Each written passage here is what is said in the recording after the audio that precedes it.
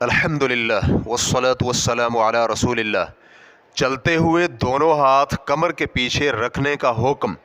سوال کیا گیا ہے، میں اپنی اہلیہ کے ہمراہ جب کبھی باہر سیر و تفریح کے لیے یا خریداری کرنے کے لیے جاتا ہوں تو میں چلتے ہوئے اپنے دونوں ہاتھ کمر کے پیچھے رکھ لیتا ہوں۔ اس پر میری اہلیہ مجھے کہتی ہے کہ ایسے نہیں چلتے، اس سے رسول اللہ صلی اللہ علیہ وآلہ وسلم نے منع فرمایا ہے، لیکن میں نے اس حوالے سے کوئی حدیث نہیں سنی۔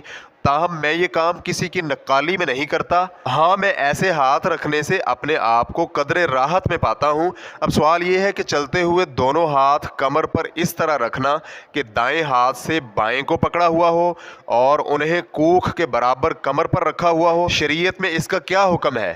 کیا اس حوالے سے کوئی صحیح حدیث ہے؟ اللہ سبحانہ و تعالی آپ کو ہم سب کی طرف سے بہترین صلہ عطا فرمائے۔ الجواب بعون اللہ سبحانہ و تعالی، ہمیں ایسی کوئی حدیث نہیں ملی جو کمر کے پیچھے ہاتھ اس طرح رکھنے سے منع کرتی ہو کہ ایک ہاتھ نے دوسرے ہاتھ کو پکڑا ہوا ہو۔ کچھ معاصر اہل علم سے ایسی ہی کچھ صورتوں کے متعلق پوچھا گیا تو انہوں نے ان سے منع کر دیا، اور اس کے لیے دلیل یہ دی کہ یہ کافروں کا انداز ہے اور یہ طریقہ کار وہیں سے آیا ہے اور کافروں کی مشابہت کرنے کی ممانعت ہے۔ ہمیں منع کرنے والے ان اہل علم کی دلیل کا بھی علم نہیں ہے، نہ ہی اس کی کوئی صحیح وجہ ہمارے علم میں ہے۔ ویسے سوال میں مذکور چلنے کا انداز پوری دنیا کے لوگوں میں مروج ہے، اس طریقے کو کسی خاص علاقے یا گروہ کے ساتھ مختص نہیں کر سکتے۔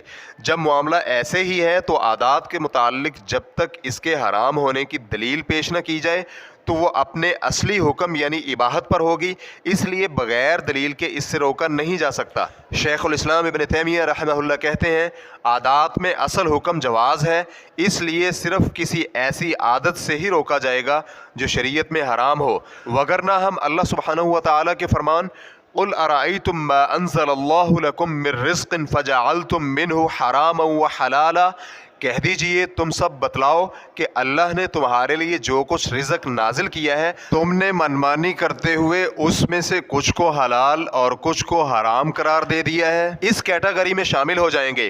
اسی لیے تو اللہ سبحانہ و تعالیٰ نے ایسے مشرکین کی مذمت کی ہے جو دین میں ایسی باتیں شامل کرتے ہیں جن کی اللہ سبحانہ و تعالیٰ نے اجازت ہی نہیں دی، اور ایسی چیزوں کو حرام قرار دیتے ہیں جنہیں اللہ سبحانہ و تعالیٰ نے حرام قرار نہیں دیا۔ یہ اصول بہت ہی عظیم الشان اور نہایت مفید ہے۔ ریفرنس کے لیے دیکھیے مجموع الفتاوی جلد نمبر 29 صفحہ نمبر 16 تا 18۔ آپ رحمہ اللہ مزید کہتے ہیں، سابقہ اہل علم میں سے کسی کا مجھے اس حوالے سے کوئی اختلافی تبصرہ معلوم نہیں ہے کہ جس چیز کی حرمت کی دلیل شریعت میں نہیں ہے وہ مباح ہے، منع نہیں ہے۔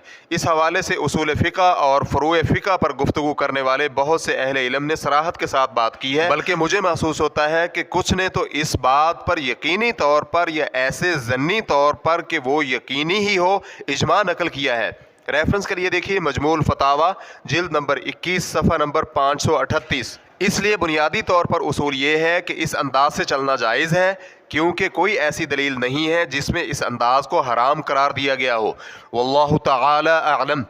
اسلام کیو اے ریکارڈنگز، مؤسسۃ الشیخ محمد صالح المنجد، المملکۃ العربیۃ السعودیہ، فتویٰ نمبر 384755۔ والسلام علیکم ورحمۃ اللہ وبرکاتہ۔